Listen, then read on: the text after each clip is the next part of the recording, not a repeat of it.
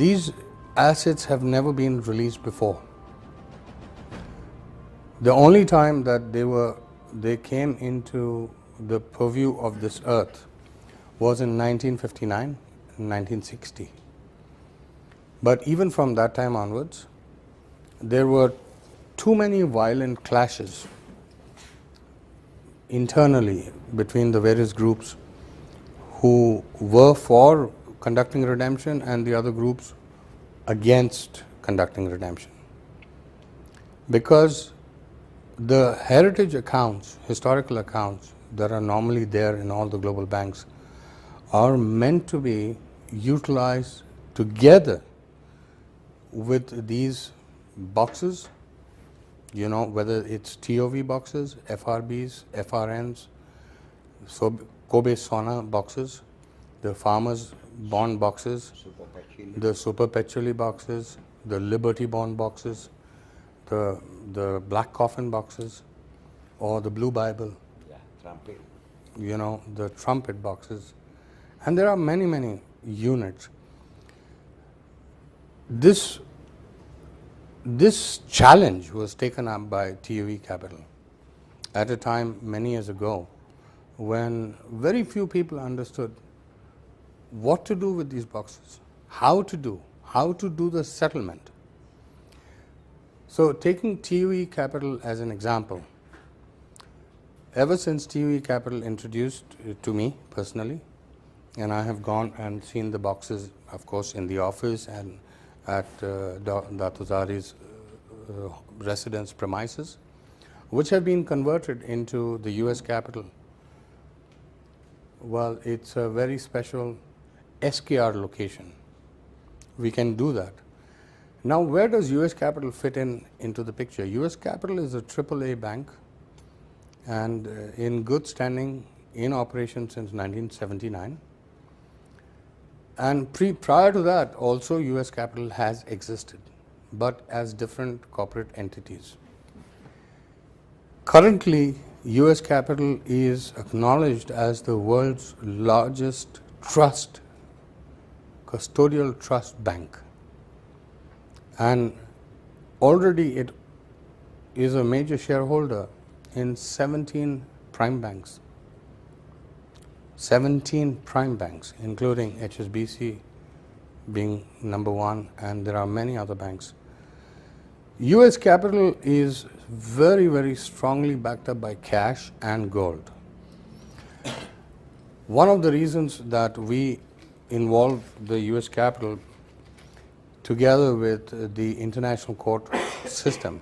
International Court is the IPCC, International Criminal Court, ICC, and the International Court of Justice, ICJ, and other Supreme Courts or High Court tribunals are interlinked with the function carried out by the US Capitol Private Bank. It is very important to understand one thing about redemption. If any party tries to take these units to any bank, the bankers don't know what to do. The bankers will at best suggest a security company, and you can go and deposit into the security company of the bank. But the bankers are not prepared to take any position on these historical heritage assets or claim that they can redeem because they have not been granted the redemption license. US Capitol Private Bank has been granted the redemption license and a bank license, which is interlinked with my special Federal Reserve Board, special judicial judge, and Sovereign Royal Imperial Attorney General for the courthouses. That license is very, very important because it is referred to as the Redemption Court License. And since this has been granted to US Capitol based on very solid fundamentals, the fundamentals is that the US Capitol Private Bank is today one of the largest banks which is also co-owning two very major gold bunkers. The bunkers are called the global bunker, and those bunkers have really very phenomenal gold assets, platinum assets, silver assets, diamonds, rubies, and many other treasures, you know, that is not part of the world awareness. It is known to the central banks, it is known to the treasury bureaus, it is known to the US Treasury also. And US capital, when we receive the assets under the US capital, it is with a view that we will use these boxes, we will contemplate, or we will conjecture what is the estimated value of each and every box or offering. We will do a fully integrated credit and cash revaluation on the antiquity or the historical genuineness of these boxes, together with determining the exact ownership, the exact mandate to use these boxes. We also supplant these units, these boxes, redemption articles, with a proper gold backup confirmation letter. The gold backup confirmation letter is granted by the US Capital Private Bank to any parties that may be holding the boxes, or to the banks, or to the other banks which are involved in the transactional modalities. Now, when we are able to mix and match three fundamental things: the box and the serial number on every box. That serial number is linked with special heritage and historical accounts posted in many international banks worldwide, and registered in the Federal Reserve System, registered in the US Treasury System, number one. Thereafter, it's registered in various central banks. Number two is the ability to discern the accounts, to check on certain mainframes the original accounts that were created in the 1910, 1920s, 1930s, 1940s and onwards. Those accounts and spreadsheets are still available to us. So, in trying to determine any box unit, anything, we look at whether the boxes are linked with any gold bunker, any gold warehouse. And if it turns out that the gold bunkers that we have within US Capital, under our care, under our custodial guardianship, or as a Templar unit, where we are able to take these old art items and again reuse them. These boxes have never been used previously, especially the units starting from 1934 onwards. They have never been used. I've had debates and discussions with certain people who claimed these boxes have been used for creation of accounts and currencies, but they could not give any proof or evidence that where exactly these boxes were used, because these boxes were transported on this earth in 1959, 1960, 1961, during those years only, and they became available in certain treasury bunkers in certain banks. We have the complete audit available to us, the shipping manifest, the invoicing for the boxes, when they were purchased, by whom. All the paperwork exists to our courthouse, exists in our court, exists to the benefit of our courthouse, which holds the complete receivership of all these boxes. So no matter who you are, where you're from, one way or the other, you'll have to come back to the court to obtain the court clearance letter. And then the court grants the US Capital Private Bank a special permit with introduction of any boxes, and the US Capital Private Bank is able to issue an SKR for any of these units together with the gold backup confirmation. So the accounts, the box units and the gold, these three things have to be matched in order to assess the complete value. If the gold is missing, and if the accounts are missing and you are only holding the box, you may not be able to conduct the clearance of any of the articles. This is where we in the court come in. For example, Datuzari is handling a number of units. Let's say in the office we have 7 units, and at his special custodial place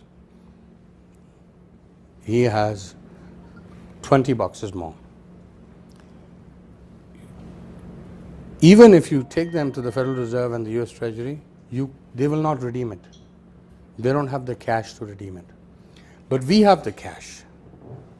We have the cash and we have the gold to match. The moment we can match, automatically the entire redemption starts. The purview under which this is done is essentially what we call the icjglobal.org. The icjglobal.org is the main United States Treasury Board and the Federal Reserve System. Some say that the Mellencamp unit or the Burbanks units are also counterparties to it, but we have to see all that based on the documents that are available to us. The purpose of using these boxes and creating new accounts which are fully certified by gold essentially is done to create more liquidity in the market. And liquidity is what is missing. There is no new cash in the system. And when we talk about conducting implementation of very major projects throughout the world, very major infrastructure projects, it is top priority for us to start redeeming now, bringing all the things together, and we are able to provide all the necessary paperwork in order for you to have the clearance. So once we draw up the bank statements, once we draw up the SKRs, once we draw up any bank confirmation letters, that we can coordinate with other banks who will monetize or work together, then under that purview the redemption can occur. And after all the paperwork is done, thereafter the real work that we do is set up these special accounts and then work with the comptroller of currency, normally associated with certain central banks and their printing units. Because the central banks are the note issuing authorities, right, together with their counterpart units, what they need is these articles which are audited, they need the accounts information, and they need the gold backup certification. Then you see any central bank, any government, any nation can print currency legally and lawfully. Without all of these paperwork being there,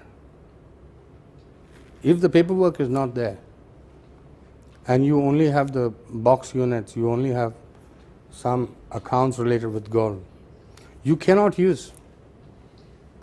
So what we are offering is the entire package structure for redemption, and the US Capital Private Bank currently is handling all the necessary redemption procedures, and I am directly supervising that. It doesn't mean that other banks cannot be redemption banks. If we are talking on the subject of Malaysia, we take the top 7 biggest banks in Malaysia, and if we go into a partnership or discussion with them, whether they will choose to become redemption bank partner with the US Capital Private Bank and with the ICJ Global System, then yes, we can then grant the license to any local bank here in Malaysia.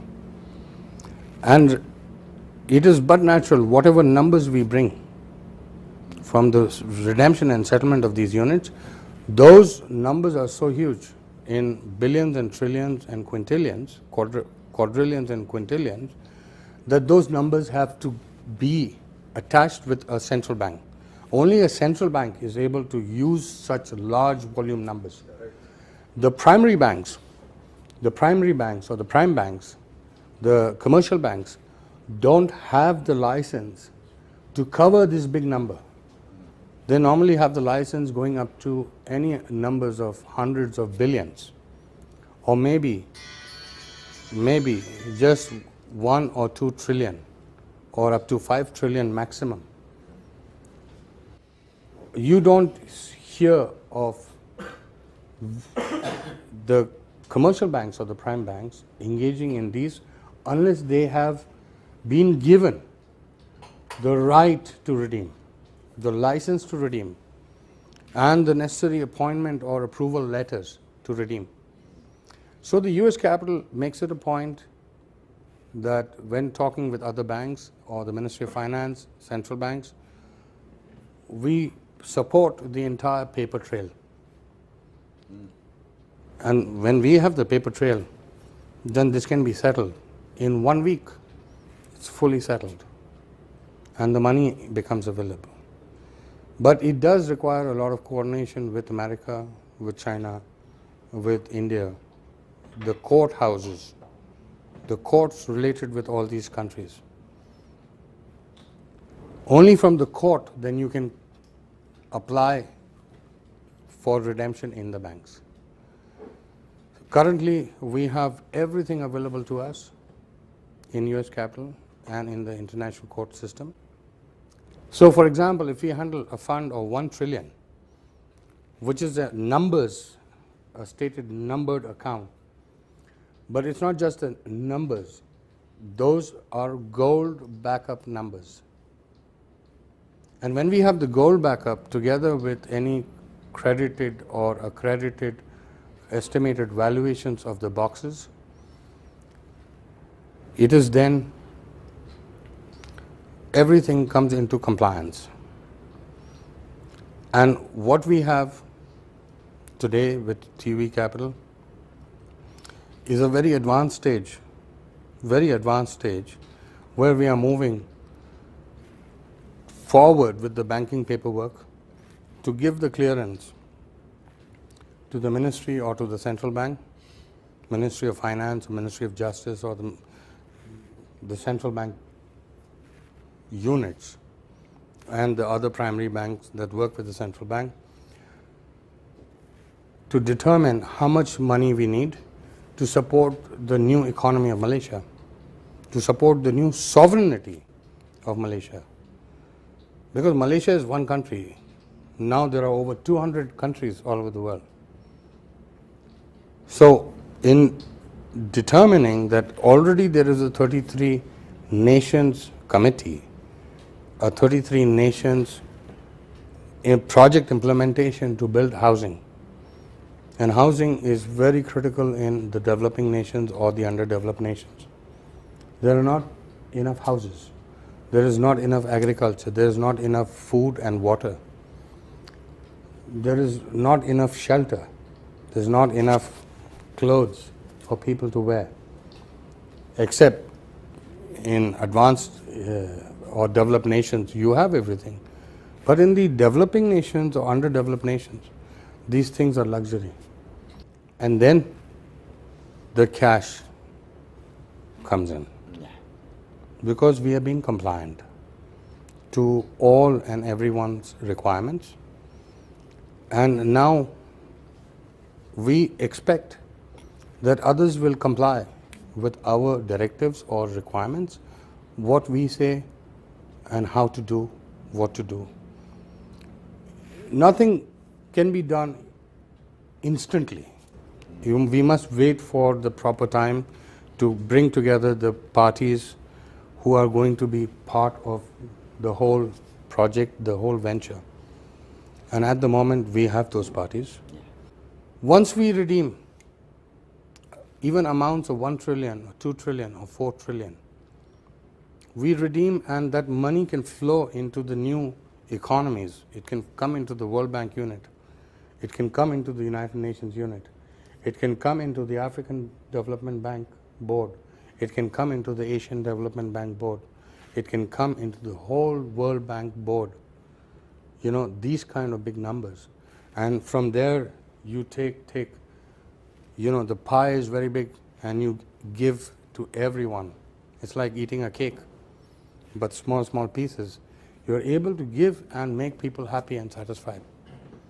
We will definitely work with the Malaysian government and also talk with the Malaysian government and the ministries to, first of all, from our side, give them a redemption license, so that after you get the redemption license and the approval and the appointment letters, you can conduct as much redemption you want to do without feeling that there is somebody always trying to stop you.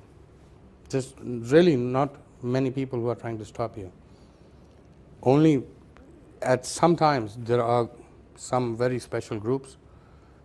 They also want to help, but they want to make sure that the procedures and the guidelines are followed. In Malaysia, I am very comfortable because Malaysia can understand our language. Malaysian people can understand our language, what needs to be done.